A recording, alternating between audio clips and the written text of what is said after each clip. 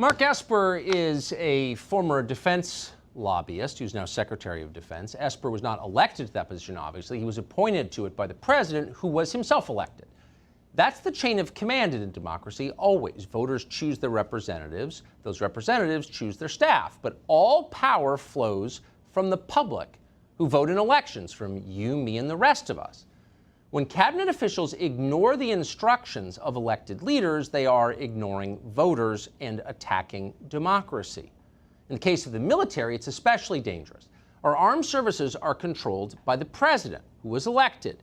In many countries, that's not the case. When politicians in those places do something the military doesn't like, the generals stage a coup or they threaten one. Places like that invariably are violent and chronically unstable. We're not at all like that here, and we don't want to be.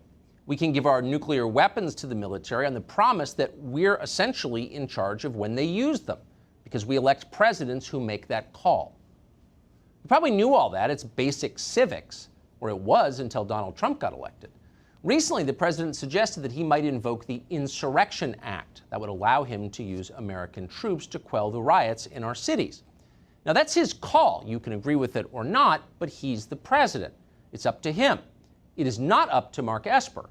If Mark Esper doesn't like it, he can resign and he can vote against Donald Trump in the fall. He may do that anyway. But that's his option.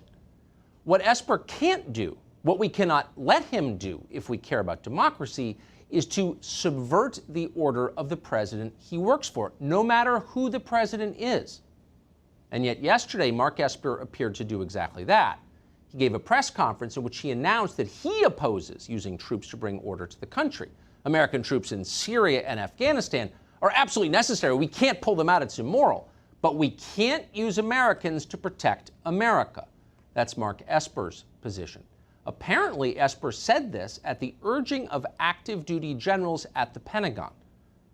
Now, once again, it doesn't matter whether you agree with their position. This kind of behavior is a grave threat to all of us and to our constitutional system. And that system is teetering tonight. We hate even to say that out loud, but it's true. It is. Some in Washington would like to see the system collapse completely.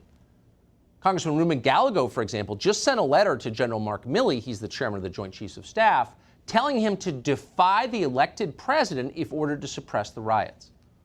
This is insanity, and it can't lead anywhere good. For 230 years, we have been the beneficiaries of civilian control of the military. It's one of the main reasons this country has always been stable. But when the military becomes an independent political force, it's over. Democracy dies. We've resisted that many times. Just before the Second World War, for example, FDR ordered his generals to help Joseph Stalin in Lend-Lease.